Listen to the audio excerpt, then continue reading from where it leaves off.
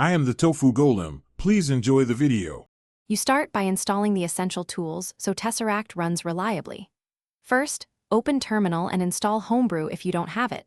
This gives you a safe package manager. Once done, install Xcode command line tools because Tesseract needs compilers. Then use Brew to install Leptonica and Tesseract. This pulls core image and OCR libraries. Make sure each command finishes without errors before moving on, because missing dependencies cause failures later. Once Tesseract is installed, configure and verify it so your OCR pipeline works. You add the installed bin folder to your path if Brew didn't do it automatically, which lets you run Tesseract from any terminal session. Next, install the language data you need. Without the correct test data, recognition quality will suffer. Then run a quick test on a clear sample image using Tesseract sample. PNG output LENG to confirm OCR produces text. If output is messy, adjust image preprocessing.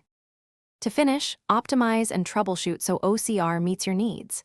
You should preprocess images, resize, deskew, and boost contrast, because Tesseract reads cleaner images more accurately.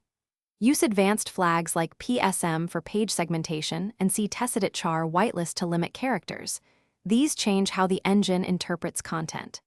If results are poor, verify Tesseract version, reinstall test data, and rerun a known good sample. One key tip: if recognition fails completely, missing or mismatched test data is the most common culprit, so check that first. Thanks for watching. Consider subscribing if we helped you today.